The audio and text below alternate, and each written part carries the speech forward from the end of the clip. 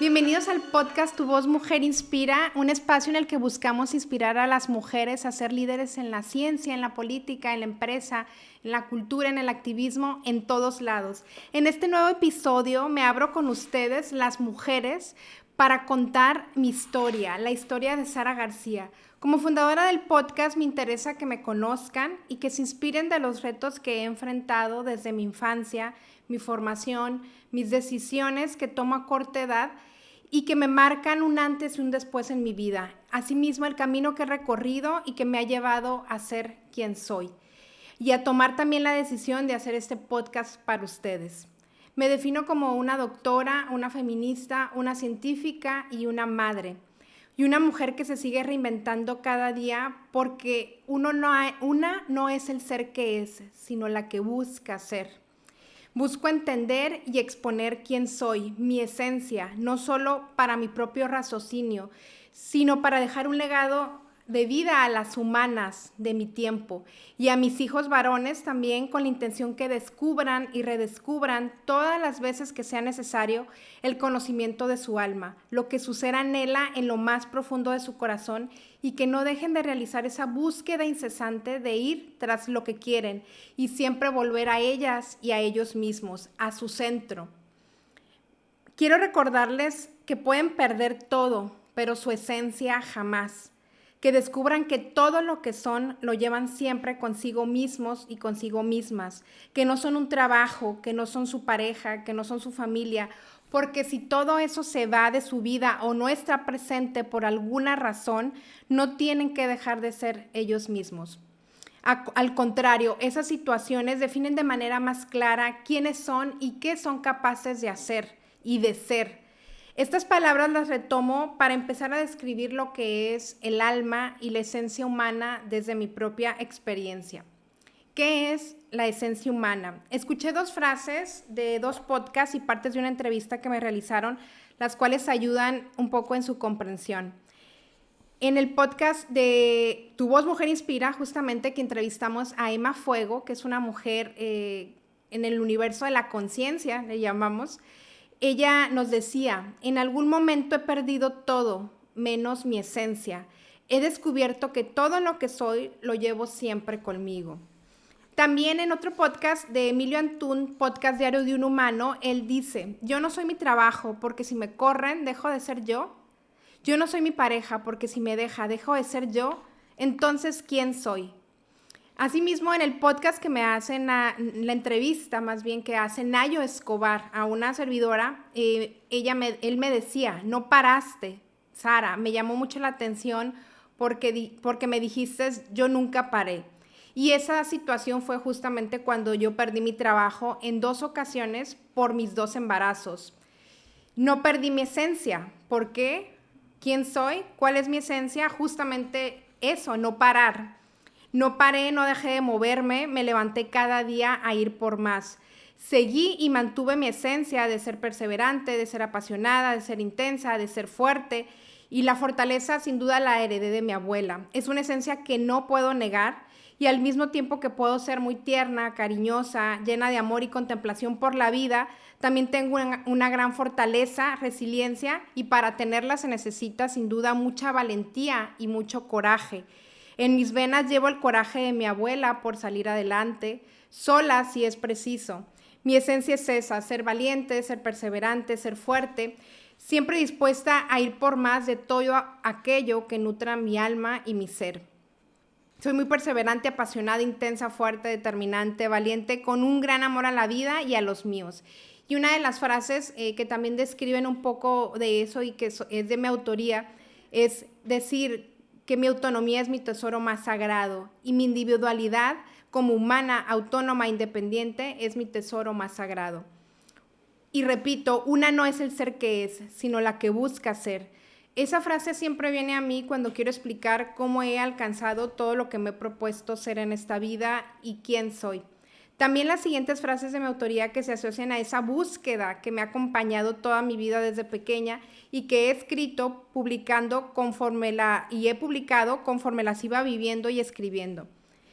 Y dicen así: me enamoré de mí misma, no de lo que era, sino de lo que podía ser.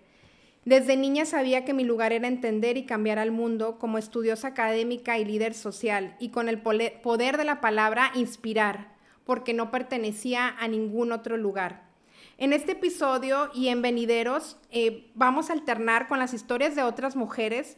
Quiero irles contando los retos, las oportunidades y las coyunturas que me he ido imponiendo y buscando construir a lo largo de mi vida. Desde pequeña hasta el día de hoy, acompañando con frases, muchas de mi autoría que escribí preparándome para estos retos y que retomé también para darme fuerza en los hitos más importantes de mi vida, así como reflexiones con las que he reafirmado quién soy y mi esencia, y que espero sirvan de guía para todas y todos aquellos que busquen vivir su vida intensamente, cumpliendo todo aquello que anhelan y aprovechando, por supuesto, las coyunturas y las oportunidades del momento, de su presente, aprovechar lo más que puedan el presente, porque la vida justamente es de quien posee astucia, de quien posee valor, arrojo, entrega, y de quien es incapaz de detenerse ante nada para mirar de frente a su destino y cambiarlo.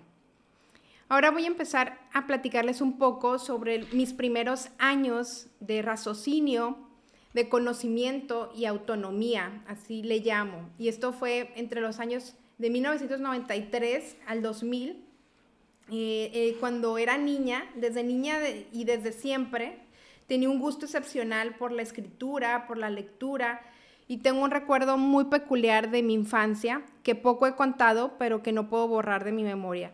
Quizás tenía unos 5 o 6 años, me encontraba en las escaleras de mi casa con tarjetas que servían como fichas bibliográficas.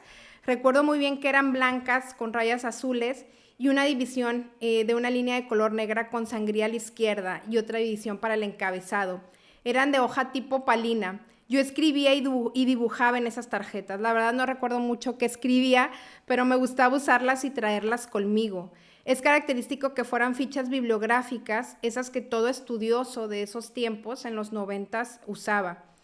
Es peculiar que me gustara traerlas conmigo porque en mi vida adulta no uso cuadernos ni diarios de ningún tipo. No he conservado uno por más de 2 meses. Generalmente mis hijos se apropian de ellos y los terminan rayando y rompiendo sus hojas.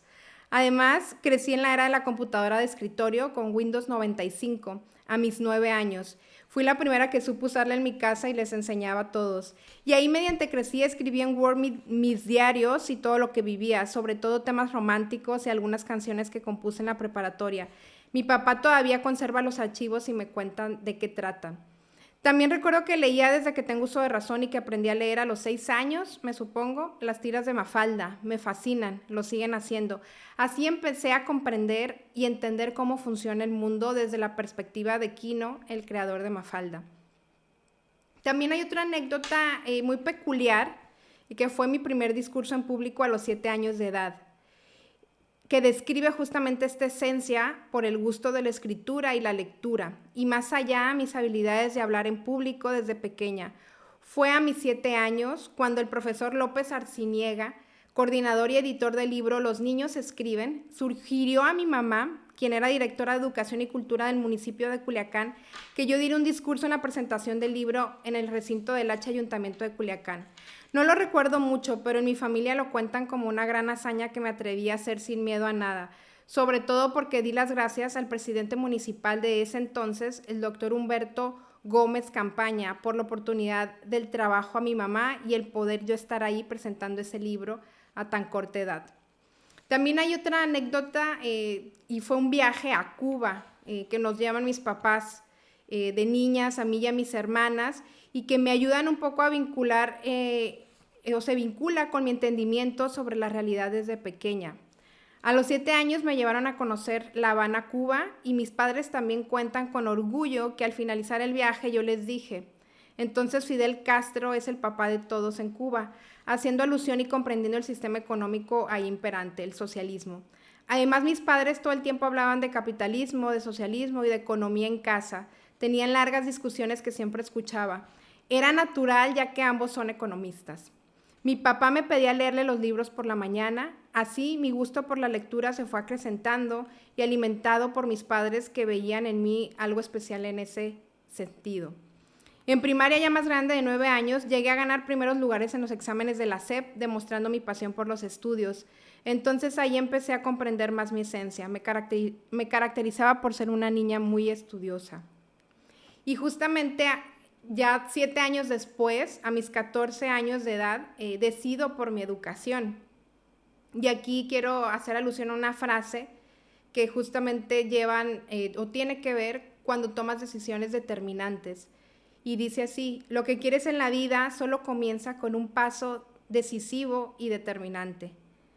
Y fue aquí extraño la etapa de la secundaria. ¿Qué me llevó antes de tomar esta decisión sobre mis estudios? Fue la etapa de la secundaria, donde mis notas justamente ya no fueron tan buenas. Yo no tenía buenas calificaciones como lo tenía en primaria. Y a ello atribuí que mis padres no decidieron correctamente la escuela donde estudié, la cual se distinguía por ser una institución educativa a la que arribaban los jóvenes que corrían o despedían de los colegios de clase alta de Culiacán, como el Colegio Chapultepec, dado su comportamiento y malas calificaciones. Se llamaba Liceo Colhuacán. Era el salvavidas de los jóvenes que no tenían un buen comportamiento, y yo me había distinguido desde pequeña por tener buen comportamiento. Sabía que ese lugar no era para mí. A pesar de ello, fue una etapa donde verdaderamente disfruté lo que era ser una niña normal de secundaria, porque como no sacaba excelentes notas y no me dedicaba tanto al estudio, tuve oportunidad de hacer amigas y fueron las amigas más populares de esa secundaria. Me divertí mucho y la verdad no estudié tanto, pero sabía que el estudio era lo mío y tenía que retomarlo. Yo no quería precisamente ir a la escuela a hacer amigas, aunque se escuche raro. Me gusta tenerlas, sí, las disfruté, pero ese no era mi objetivo. Desde kinder y primaria era una niña muy formal, muy centrada, y entonces la secundaria fue ese espacio que necesitaba para ser un poco más libre, en el sentido de permitirme ser normal, como todos los niños. Y sin darse cuenta, mis padres detonaron el discernimiento y la libertad que verdaderamente yo estaba buscando. La experiencia que viví en esa secundaria, en la que no me sentía parte, me hizo recordar que yo sí era una niña estudiosa, a diferencia de ellos, quienes llegaban ahí por haber tenido mal comportamiento y bajas calificaciones en otros colegios, por lo que todo ello me condujo a decidir a los 14 años sobre mi educación. Yo decidí dónde iba a estudiar la preparatoria, no mis padres. Decidí realizar el examen de admisión para entrar a la preparatoria del TEC de Monterrey, Campus Sinaloa, buscando obtener una beca académica para que mis padres pudieran permitirme estudiar ahí, ya que no tenían los recursos económicos suficientes para pagar las altas colegiaturas de esa institución. Sin embargo, de mi lado tenía el conocimiento y mi mente, que era un palacio, como lo dice la frase del bestseller del libro de las cenizas de Ángela de Frank McCourt. Él dice: puedes ser pobre y llevar zapatos rotos, pero tu mente es un palacio. Así como esta frase también sobre la relevancia de estudiar cuando se es pobre o cuando se tiene pocos recursos. Cuando se nace pobre, estudiar es el mayor acto de rebeldía contra el sistema. El saber rompe las cadenas de la esclavitud. Y así realicé el examen de admisión y lo logré. Obtuve el 60% de beca y después ascendí a un 80%. Mis padres no querían que estudiara en el TEC. No era la tradición familiar. Mis hermanas estuvieron en colegios, como decía, de corridos o de clase media, de jóvenes de mal comportamiento, como digo yo, pero no tuvieron otra opción más que apoyarme.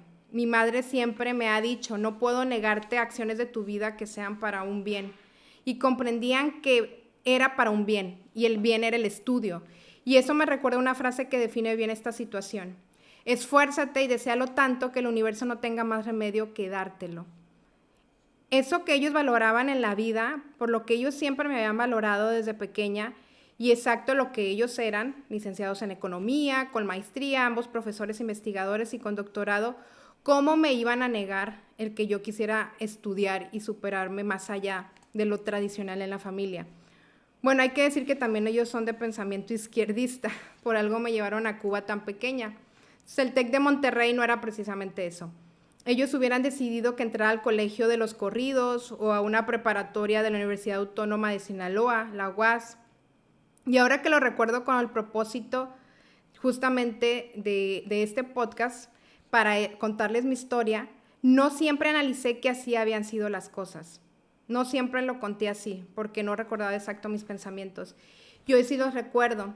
En una entrevista que me realizaron sobre mi vida, aunque dije y siempre digo que yo decidí por mi educación a los 14 años de edad, señalaba antes que había sido porque quería aspirar a más. Y tenía una amiga que estaba estudiando en el TEC y buscaba estar dentro de ese mundo. El pertenecer a otro nivel es lo que me atraía, ¿no? Ser aspiracionista, como dicen hoy, o el superarme. Pero el nivel que verdaderamente buscaba, o sea, eso era lo que yo creía, que me quería superar, y sí es parte de eso que quería pertenecer a otro nivel, ir más allá, y sí es parte de eso. Pero el nivel que verdaderamente buscaba era uno donde estuviera sometida al estudio. Es lo que me gustaba y yo necesitaba ese régimen de estudio. Y ahora lo comprendo más. Quería pertenecer a un lugar donde el estudio sí importara, donde fuera valorada por mis estudios, porque esa es parte de mi esencia. Y fue peculiar que también en la preparatoria del TEC me buscaban las jóvenes más populares, pero de alguna forma u otra yo me alejaba de ellas, o ellas de mí, porque era claro que yo iba a estudiar, no a hacer amigas. Ahora en esta etapa donde yo decidía por mí lo tenía mucho más claro. Sabía que iba a estudiar y aprender y a cuidar mi beca académica. Y cuando lo recuerdo pienso, qué felicidad descubrir eso que eres y quieres ser. Hoy lo expreso con gran regocijo, porque no lo sabes hasta que lo sabes y es muy claro cuando llegue ese momento. Y aquí viene otra frase que justamente describe este contexto y tiene que ver con solo tienes que ser tú, ser la más genuina y auténtica versión de ti misma. Es lo mejor que puedes ser. Otra batalla viví cuando iba a decidir cuando debía decidir por mi carrera profesional. Yo sabía que quería estudiar, lo sabía desde siempre. Mi tío Ricardo me lo recordaba desde niña, Ricardo Aguilasocho Rubio, un abogado y notario de Sinaloa muy reconocido, originario de Guasave, Sinaloa. Yo decía que estudiaría Derecho, por la admiración que le tenía a él y sería abogada. Y esta frase me recuerda justamente por qué quería ser como él. Yo siempre lo tenía presente porque él me recordaba quién quería ser yo, alguien como él, alguien admirado y respetado. Y así dice esta frase, sé amado, sé admirado, sé necesario, sé alguien que sea recordado. Sin embargo, mis exámenes vocacionales en preparatoria eran muy claros. Decían carrera de ciencias políticas o de relaciones internacionales, no precisamente derecho, pero no me convencía la ciencia política. Consideraba que estudiaría más de lo que yo ya era, no quería más bla, bla, bla, quería algo que me retara verdaderamente. El abanico de las carreras del TEC de Monterrey en Campus Sinaloa era muy escaso, solo había 5 carreras en ese entonces, en el año 2004, Administración de Empresas, LAE, o que le llaman también Facilae, por lo fácil que está, como le decían de broma, Mercadotecnia, que también le tenía un estereotipo, que le decían MMC, mientras me caso, ¿no? Eran las siglas que le decían por ser una carrera que las mujeres estudiaban mientras se casaban. Comercio Internacional e Ingeniería Industrial e Ingeniería en Mecatrónica. Eran las 5 o 6 carreras que había en el TEC de Monterrey en ese entonces y ninguna carrera de esas me convencía. Yo quería irme a estudiar fuera de Sinaloa a Ciudad de México exactamente. Supe de la carrera conjunta de Ciencia Política y Economía en el Instituto Tecnológico Autónomo de México, en el ITAM, donde salían políticos reconocidos de México. No sería solo ciencia política, le añadiría economía. Eso le daría lo que yo buscaba, el reto, el aprender más, porque economía verdaderamente sí fue un reto. Yo sabía que tenía habilidades para la ciencia política, pero no me parecía suficiente esa carrera por sí misma. La combinación perfecta sería con economía. Era una persona mucho más preparada que cualquiera que estudiaría ciencia política o economía. Y la decisión no derivaba en ser más competitiva, sino que yo tenía hambre, mucha hambre de conocimiento, porque mi esencia es ser eso, sumamente estudiosa, y mi alma se nutre con nuevos conceptos, con nuevas ideas de la vida. Y aquí quiero hacer un paréntesis intelectual femenino, en particular y sobre todo por este podcast que busca inspirar a las mujeres. Y aquí es conveniente, como les digo, compartir este paréntesis para decirles 2 elementos sobre el conocimiento como lo entendí de niña, desde la perspectiva de mis padres y cómo fui reforzando también y confirmando mi esencia conforme recogía pedazos de lo que yo era en mi caminar.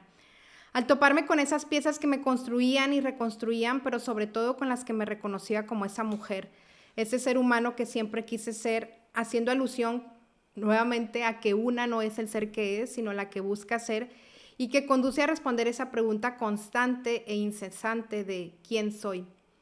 Y lo que busca ser, en el fondo, ya lo ha sido en otras vidas, en otros momentos quizás, pero a veces no lo recordamos exactamente, está guardado en el fondo de nuestra alma y debemos trabajar para reconocernos tal cual somos, tal cual fuimos. Yo sabía que estaba sedienta, así como una loba. Dicen que nosotras las mujeres y nuestra naturaleza, nuestra fuerza, descendemos todas las mujeres de los lobos. Y eso hace referencia a un libro que empecé a leer que se llama Mujeres que corren con los lobos, de Clarissa Pinkola Estés. Y yo no estoy alejada de ello, todo lo contrario, cada vez me convenzo más al leer este libro que soy una mujer sedienta de conocimiento, de vivir intensamente, de ser mejor cada día, de buscar eso que fui y que soy, y de reconocerme con aquello que se cruza en mi camino y se asemeje a lo que sé muy bien que soy y que quiero. Hay situaciones en particular, personas, poemas y cosas que me ayudan a reafirmarlo. Una de esas personas es mi madre. Y para ejemplificarlo, uno de sus múltiples poemas que dice así: lucho por liberarme de la ilimitada ambición de saberlo todo, contenido en fórmulas y esquemas de validez universal. En cambio, emocionarme con un amanecer. Ciertamente mi lucha sí es esa ambición de conocer y alcanzar todo lo que pueda. Les digo, estoy sedienta de conocimiento. Pues mi carrera de economía, mi maestría, mi doctorado, mi postdoctorado son muestra de ello. Tener 3 hijos varones, un esposo, un trabajo que me llevó a ser presidenta y directora de fundaciones y hasta candidata a un puesto político. Y con todo y ello no me canso ni me cansaré nunca de estudiar. Mi madre es modesta al decir estas palabras. Ella sabe que le encantan los amaneceres, como nos enseñó a nosotras sus hijas desde niñas, a apreciar esa tradición, sobre todo esos atardeceres de Mazatlán, de la costa del Pacífico. Pero también sabe que es una mujer que no solo quiere eso. Ella lucha por no saberlo todo, pero ciertamente lo sabe todo, o casi todo. Quienes tenemos el honor de conocer a tan magnífica mujer saben que ella es una enciclopedia andando y además lo lleva a la praxis, como dice ella, la práctica. Es un gran personaje de mi vida y de la de muchos y muchas. Ella es mi ejemplo más significativo en esta vida de que si quieres algo lo puedes conseguir. Es sumamente ambiciosa, pero no le gusta decirlo. A veces hasta lo oculta, quizás por el tiempo en el que vivió y sus inclemencias. Es cierto también que llega un momento en el ser humano que quiere liberarse de todos esos conocimientos, de todos esos saberes que encienden vanidades, como dice ella en ese mismo poema, y solo disfrutar un amanecer. Pero sabemos que no vivimos solo de atardeceres, y lo sabemos más que nadie, aquellas que buscamos la justicia social. Para nosotras las mujeres, porque el feminismo es eso para mí, es justicia social. Feminismo es luchar por un lugar de intelectualidad para las mujeres en el mundo. Ese mundo que Sor Juana Inés de la Cruz logró conseguir a pesar del tiempo que la latigó y castigó tanto. Sor Juana me recuerda por qué lucho, por qué estudio, por qué vivo, y mi madre lo hace igual.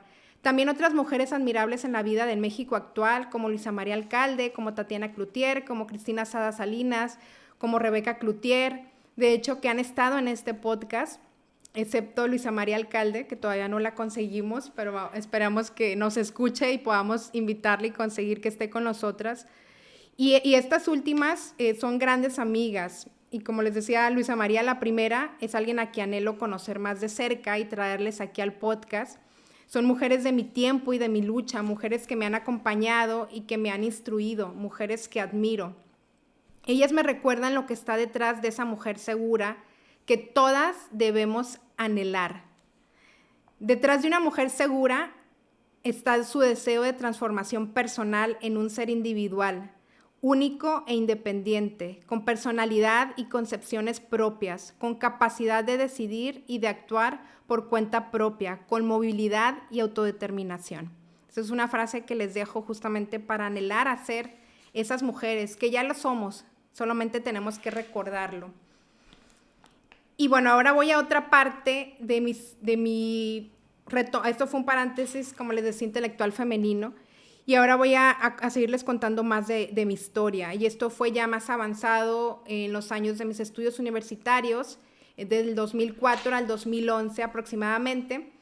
Y también de un viaje que tuve y yo defino como mi alma libre en Europa. Ahora, regresando justamente a esos inicios de quién soy, desde que tengo 7 años, desde que tengo memoria y que estaba en el tiempo en el que debía decidir por mi carrera profesional y que quería irme a Ciudad de México a estudiar la carrera conjunta de Ciencia Política y Economía.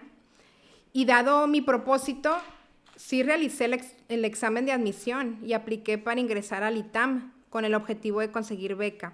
Sí la conseguí en Ciudad de México, el 40%, poco menos de lo que tenía en el TEC de Monterrey. Sin embargo, mis padres no aceptaron la idea de irme fuera de Sinaloa.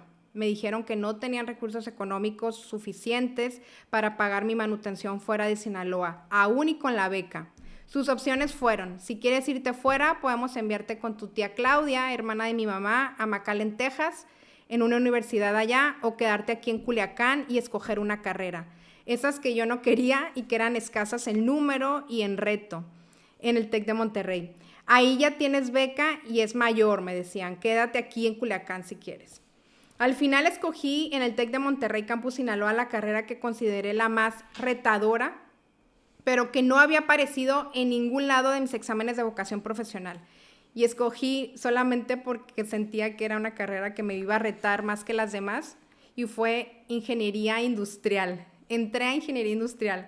Por supuesto no tenía nada que ver con mi vocación, pero no quería dejar mi beca que tantos años me había costado conservar en el TEC desde preparatoria y preferí quedarme ahí. A la mitad del semestre sufrí demasiado con la materia de física, a pesar de estar en asesoría todos los días con el maestro de esta clase. No lograba entrar en mi cabeza los números, no era lo que quería. Lloré desconsoladamente cuando el maestro de física me dijo: tú no naciste para esto, no eres buena en esto, o algo parecido que me hizo ver que mis esfuerzos eran inútiles. En ese momento lloré y sufrí, pero fue lo mejor que me pudo pasar. ¿Por qué? Aunque nadie debe decirte si eres bueno o no en algo, el maestro realmente estaba en lo cierto. Ni mis exámenes de vocación profesional apuntaban hacia ello y yo sufría mucho por no poder hacer que la física entrara en mi cabeza. La fortuna de haber entrado en ingeniería industrial fue que en ese camino encontré lo que quería.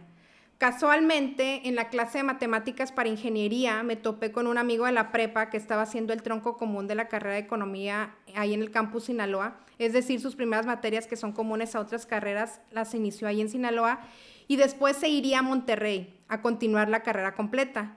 Yo no sabía que la carrera de economía llevaba la materia de matemáticas para ingeniería. Y justo el saber eso me dio luz para empezar a pensar en el cambio de carrera a economía, pero en el TEC. Eso implicaría irme a Monterrey después de cursar algunas materias del tronco común. Eso estaba en contra de lo que mis papás me habían dictado. No podemos mandarte a estudiar fuera por tema de recursos económicos limitados. Sin embargo, mis papás fueron testigos del sufrimiento que me estaba ocasionando la materia de física y el no encontrarme e identificar mi esencia con la carrera de ingeniería industrial, por lo que les planteé la opción de irme a estudiar economía a Monterrey. Les dije que conseguiría beca porque no era automático la beca, tenías que hacer todo un proceso nuevo y aunque consideraban mi beca en Sinaloa, en Monterrey era hacer otro trámite. ¿Y qué creen? Sucedió lo mismo que en prepa. Me dijeron que no podían, pero yo, por supuesto, insistí y persistí en hacer el trámite de la beca sin su consentimiento, tal como lo hice en la prepa. Ellos me recomendaban tomar alguna otra carrera en Campus Sinaloa, comercio internacional, por ejemplo, o al mismo tiempo estudiar economía en la Universidad Autónoma de Sinaloa, hacer 2 carreras si es que yo quería continuar en el TEC. Me decían, haz 2 carreras, o bien solamente haz economía aquí en Culiacán, en la Universidad Autónoma de Sinaloa, y salirme del TEC. Pero lo que yo quería justo era aprovechar mi historial de beca para pedir otra en Monterrey. Ellos me decían, tú vas a brillar donde sea, no importa el lugar. Pero yo insistí en el TEC. Además, si me cambiaba de economía en el TEC, tenía la ventaja de recuperar 5 materias de 7 del primer semestre que cursé ingeniería industrial, perdiendo solo 2 materias, física y química. Las demás me las revalidarían. Al conseguir la beca en Monterrey, volvieron a apoyarme ante mi terquedad. No tuvieron de otra. Y mi madre hizo un esfuerzo importante para mandarme dinero para la manutención. Y sí, me fui a estudiar economía a Monterrey, nuevamente desafié la situación y logré mi cometido. Un amigo decía que debemos de ser más grandes que nuestras circunstancias, no importa de dónde vengas, qué tragedia te haya sucedido, o lo importante es cómo reaccionamos a lo que nos sucede. Ser más grandes que esa situación, y en mi caso siempre he buscado eso. Con mucho esfuerzo, mi madre y también mío, logré graduarme de la carrera de economía. Nunca había estudiado tanto en mi vida como estudié en economía. Ni siquiera en mi maestría, ni en mi doctorado, ni en mi postdoctorado juntos. Economía ha sido el reto más grande de mi vida y a la vez de los más satisfactorios, ya que el esfuerzo era mucho, la dedicación era enorme, las matemáticas eran incomprensibles, pero fue por demás satisfactorio, ya que cualquier ecuación matemática de las materias complejas, como teoría de juegos o econometría o series de tiempo, solo eran comprensibles al saber que eran ejercicios para conocer cómo funciona la racionalidad humana, el intelecto humano en decisiones económicas. Y cuando llegó la materia de economía del sector público, consistía en aplicar esa racionalidad humana, pero al bienestar social. Y eso, el terminar una ecuación matemática y saber que su resultado significaba otorgar bienestar económico y social a la población, para mí era magia. Tenía todo el sentido y el propósito del mundo. Por eso, una y mil veces volvería a estudiar la carrera de economía. No por nada, en el TEC de Monterrey, economía es de las carreras con más bajas calificaciones de lo difícil que es.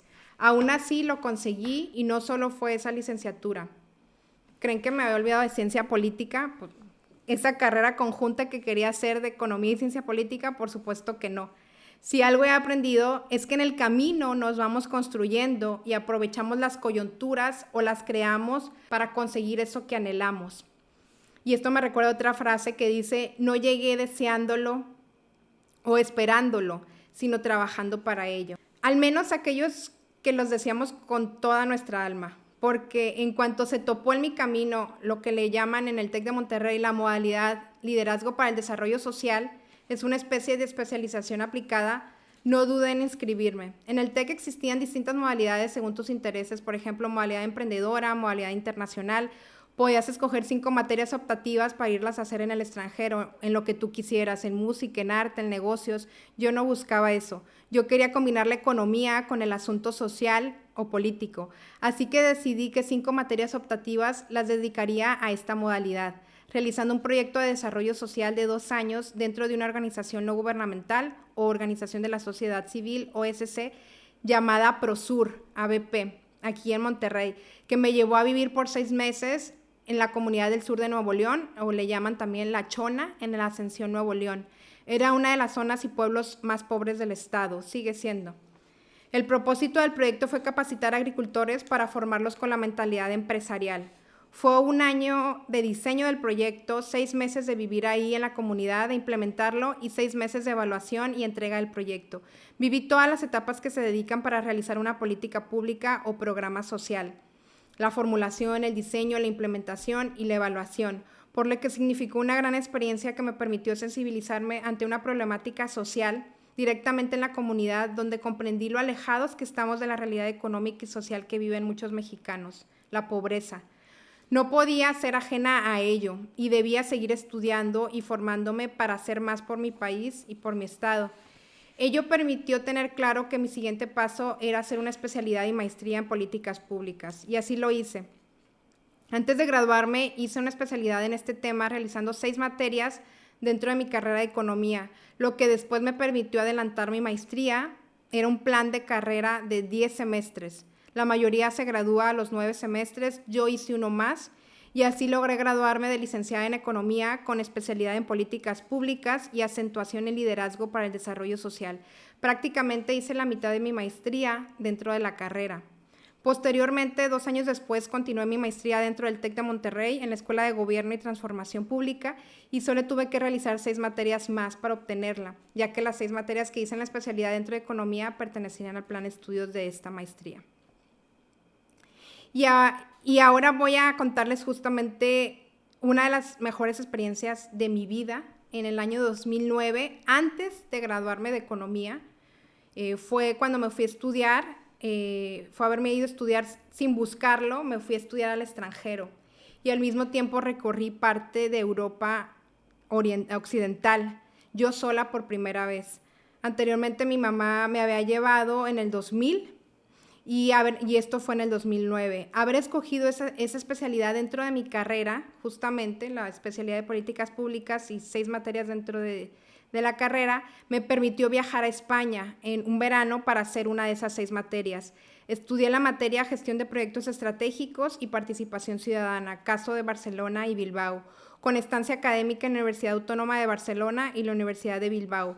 Conocí la hermosa ciudad de Barcelona llamada La Ciudad Mentirosa por el autor Mario Delgado, quien escribió un libro con este nombre, ya que ha sido diseñada por los turistas y no para los ciudadanos que viven en ella. Tenía muchas problemáticas sociales como el piso de renta carísimo, costosísimo por metro cuadrado para quienes ahí viven y anteponen los intereses de los turistas. Se implantó el modelo llamado Modelo Barcelona, que solamente excluye, genera desigualdad social y miseria para quienes habitan en esta ciudad capitalista. Ese verano del año 2009, después de España, a mis 23 años, viajo sola también a París, a Londres, a Bélgica y a Ámsterdam. Una experiencia sin igual. Lo más extraño de ese viaje es que nunca me sentí sola. Iba mi alma conmigo, mi alma en libertad, que había descubierto desde mis 14 años que podía decidir por mí misma lo que quería hacer y lo hacía, sin miedos, con la única intención de descubrir más de mí misma, de lo que estaba hecha. Después de vivir con mis padres hasta los 21 años en mi casa en Sinaloa, siendo la hija menor y apenas 1 año y medio en Monterrey, no tuve dificultad alguna en viajar sola. Nunca lo había hecho y recuerdo que solo vivía el día intensamente, o como dicen, carpe diem, en latín, haciendo que cada día valiera la pena. Siempre lo he hecho así y en un viaje era parte de mi naturaleza disfrutarlo. Sin duda disfrutaba tener una vida propia y autónoma y lo celebraba, tal como lo dice la siguiente frase que escribiría tiempo después en otro viaje a París, pero haciendo alusión a su símbolo del Arco del Triunfo. Y dice así: toda mujer libre hace suya el triunfo de una vida propia y autónoma. Siempre me he caracterizado por tener un alma libre y salvaje. Eso es lo natural o mi naturaleza. Hay otra frase también que describe esa alma libre e indomable, que dice: soy indomable. De hecho, esta es una canción, es parte de una canción de mi hermana que dice: soy indomable y libre como el viento de la madrugada, detonante, cada instante soy amante de la fuerza que a mí me acompaña. Recuerdo que de niña yo decía que a semejanza de mi abuela materna, Maximina Ramírez Velázquez, la gran matriarca de mi familia, que no quería tener esposo como ella tampoco lo tenía, quería vivir sola, sin pareja. De pequeña me decían que era como ella, muy corajuda, hacía muchos corajes, que quería hacer lo que yo quería y no se equivocaban. Ese espíritu lo conservo y no por eso soy mala. Una hija de la chingada, quizás sí, como me lo dijo una excelente mujer libre que admiro mucho, otra hija de la chingada también que entrevisté en este podcast, que me lo hizo ver con esas palabras en un curso en Monterrey. ¿Pero qué es ser hijas de la chingada? Eso, hacer lo que queramos de manera libre sin que nos importe lo que digan los demás. Ojo, sin agraviar ni afectar a nadie.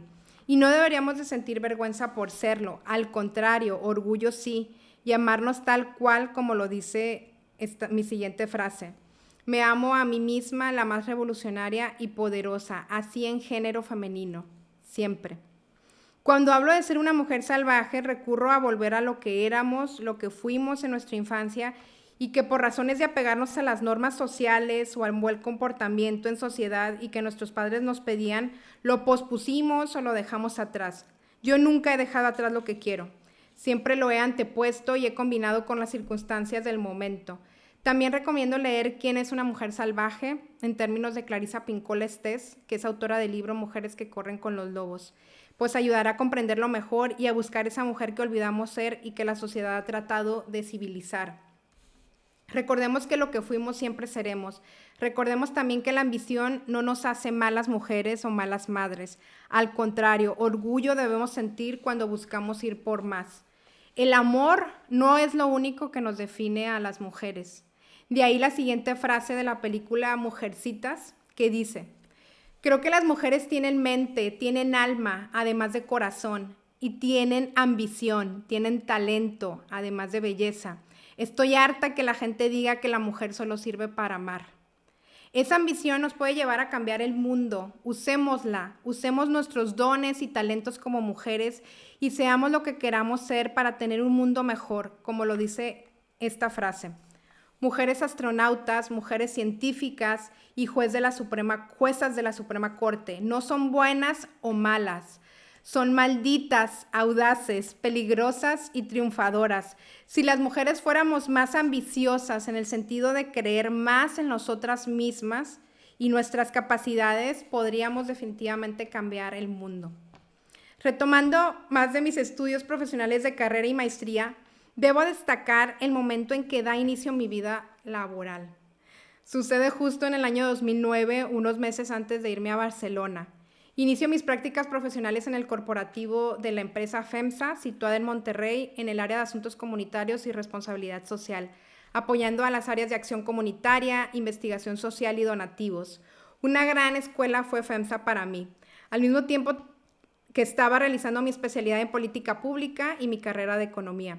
En los últimos 2 semestres de la carrera inicié también mis prácticas en este lugar, donde logré que me dieran permiso para irme a estudiar a Europa y volver.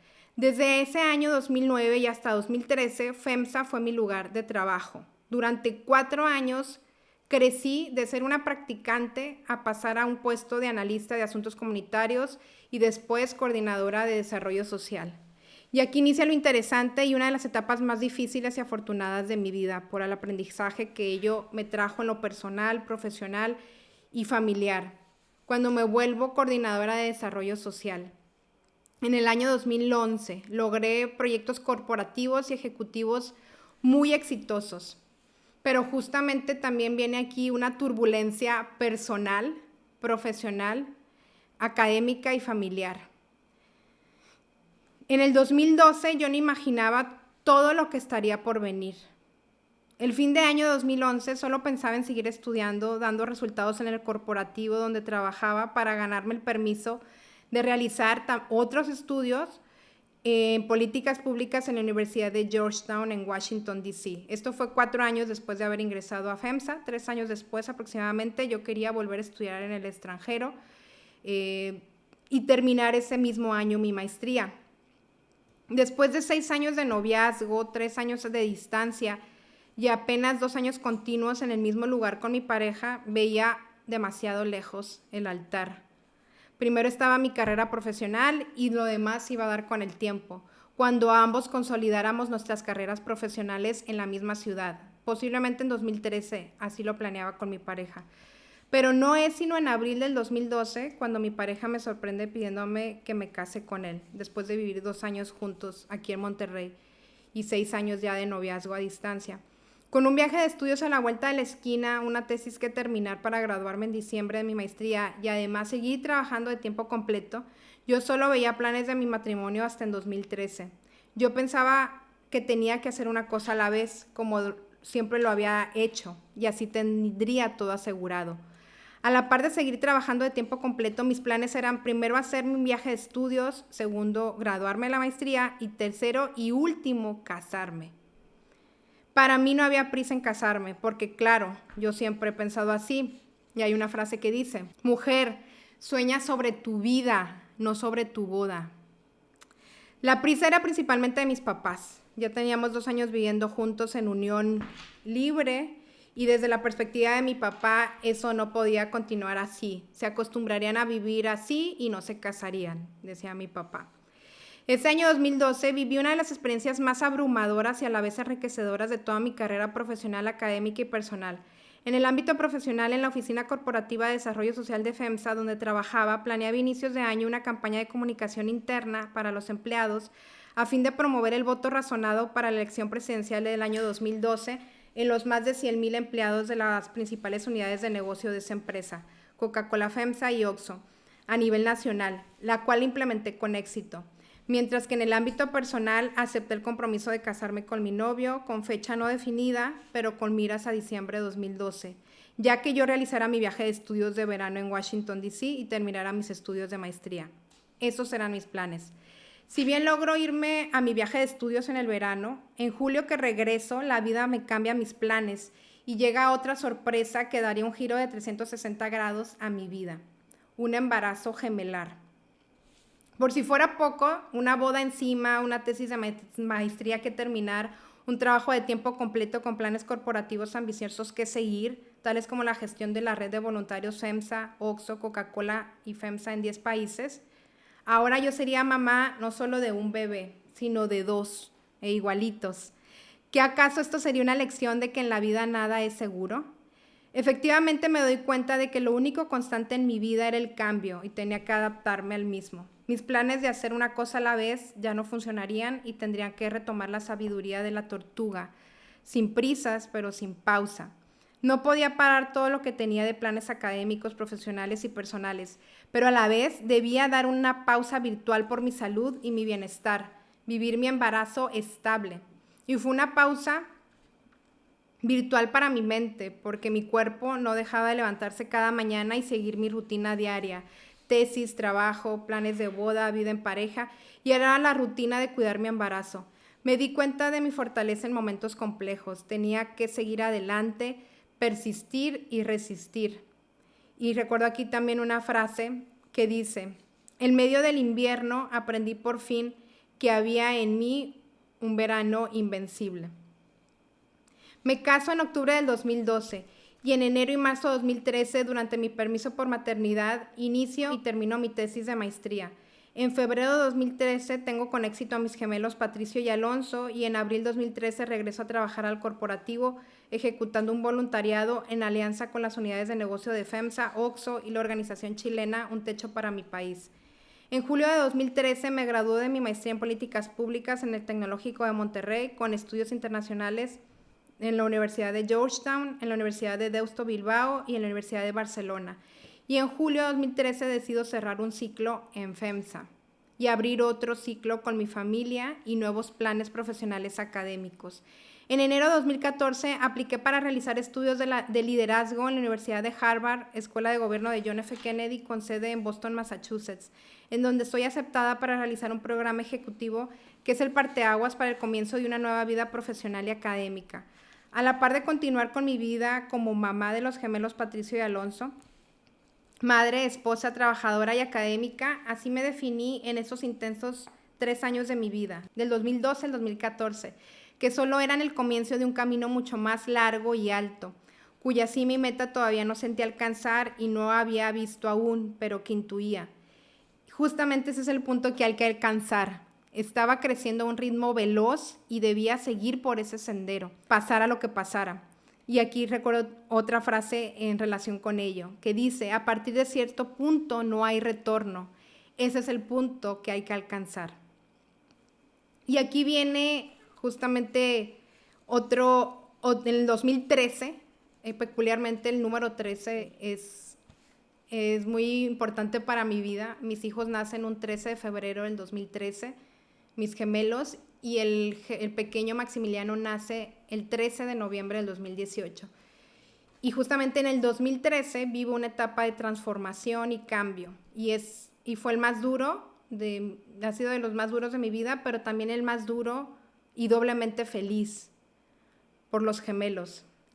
Y aquí viene justamente este paréntesis que quiero hacer en este año, porque en el 2013 no todo fue logros ni miel sobre hojuelas.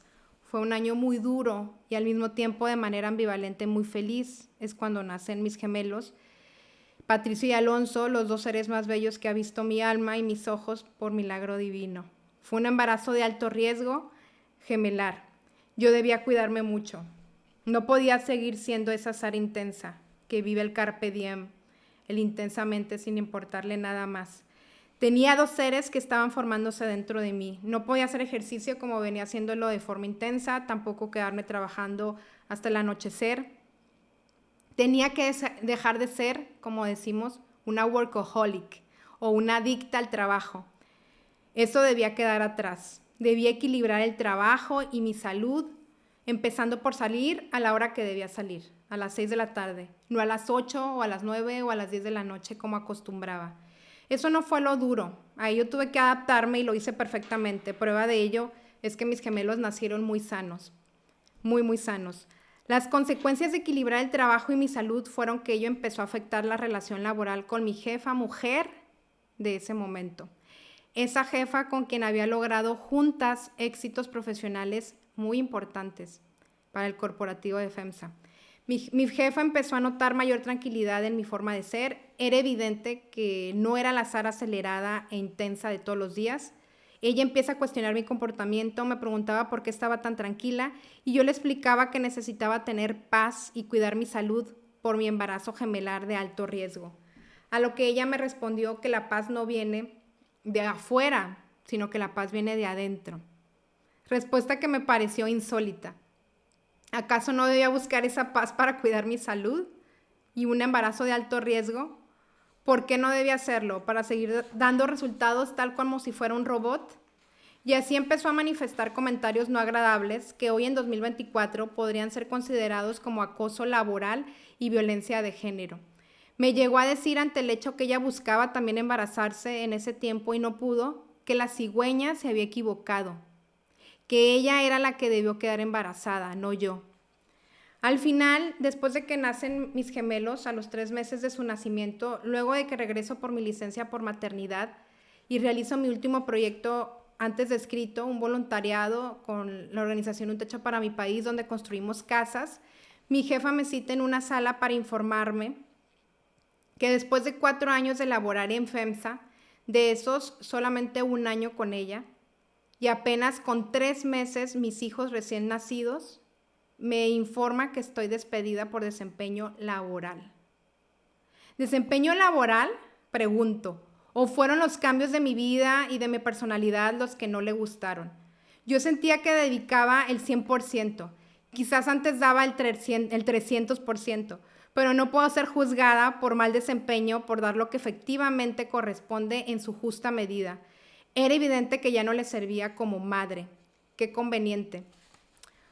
Hoy en día y desde entonces, pero ahora más que se defienden los derechos humanos de las mujeres, ello atenta contra el derecho humano al desarrollo libre de mi personalidad. Era evidente que estaba en una etapa de cambio y transformación de mi vida.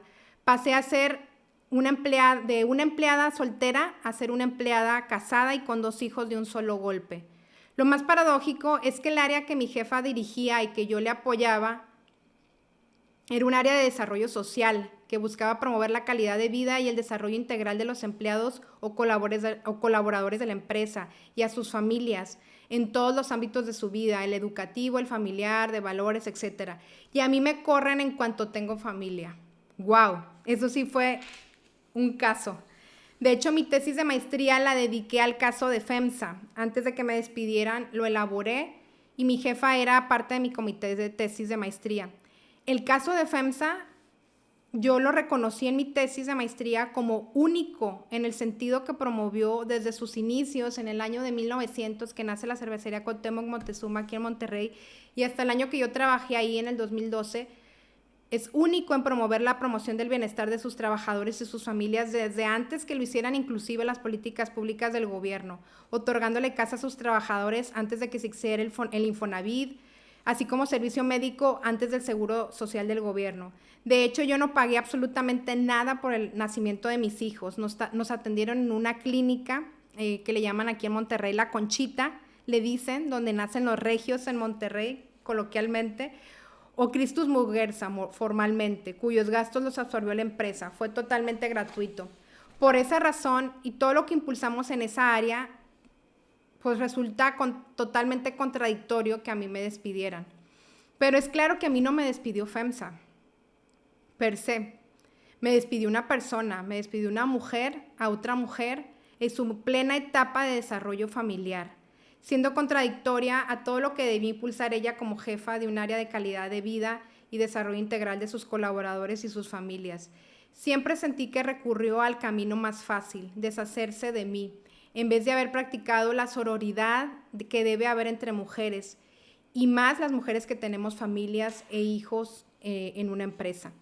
Recuerdo otra anécdota donde le pedí permiso para ir a una consulta médica, estando embarazada, dentro de horario de trabajo, y aproveché para ver si era posible, en mi caso, pedirle la prestación de horario flexible, así le llamaban esta prestación que existía desde entonces en FEMSA. FEMSA fue innovador siempre en estas políticas. Hasta ahora ya son más conocidas el horario flexible. Ayer el 2012, 13. y me dijo que no me podía dar esa prestación, que mi tipo de puesto de trabajo no lo permitía, porque yo tenía que ir a trabajar los sábados por temas de eventos de voluntariado que se hacían esos días, que debía pensar primero en la empresa antes que en mis asuntos personales o familiares. En verdad no lo pude creer, mucho menos de la persona que ocupaba el puesto de jefa de desarrollo social y calidad de vida para los colaboradores y sus familias. La discriminación y la violencia laboral por género en general, y más durante o después de un embarazo, es un asunto sistemático, así como su despido laboral en la etapa de gestación y nacimiento es un asunto de desigualdad de género sistemático en las empresas. Las empresas corren a sus empleadas mujeres por razones de género. Y en este caso lo hizo una mujer que debió impulsar la igualdad de género con sus colaboradores y prefirió no hacerlo. Hoy, después de casi 12 años de este suceso, puedo reconocer que la razón no fue por desempeño laboral, aunque en ese momento sí me la creí y me culpé, sufrí mucho por eso. Hubo instantes donde pensé que yo era la culpable por no ser la Sara que era antes del embarazo, por no ser la workaholic o la adicta al trabajo, pero eso ya no era posible, yo ya no podía ser esa persona, estaba en un momento de transformación. Fue por desigualdad de género ejercida de una mujer a otra mujer, por falta de sensibilidad en esa etapa tan importante y delicada de las mujeres como es convertirse en madre. Pero de nuevo, fue lo mejor que me pudo haber pasado, porque no saben lo que vino después. Les he dicho que no podía parar y pasara lo que pasara, y así fue lo que sigue.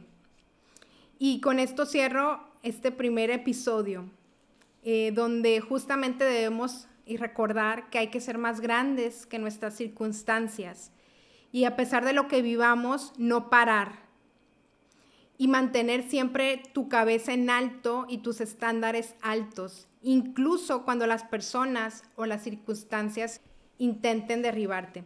Muchísimas gracias por escucharme el día de hoy. Nos pueden escuchar también desde YouTube, Spotify y en algunas historias en Instagram. Estaremos compartiéndoles un poco más de esto. Gracias por su tiempo y nos vemos en un próximo episodio contando más de esta historia de la fundadora de este podcast, Sara García, pero también más entrevistas de mujeres para seguirnos inspirando a ser mujeres líderes en la ciencia, en la política, en la economía, en la cultura, en todos lados donde nos querramos desempeñar, incluyendo la maternidad, porque nadie nos puede decir qué queremos ser, además de ser madres o no serlos también. Y en ese sentido las invito a seguir escuchando mi podcast próximamente en los próximos episodios. Muchísimas gracias.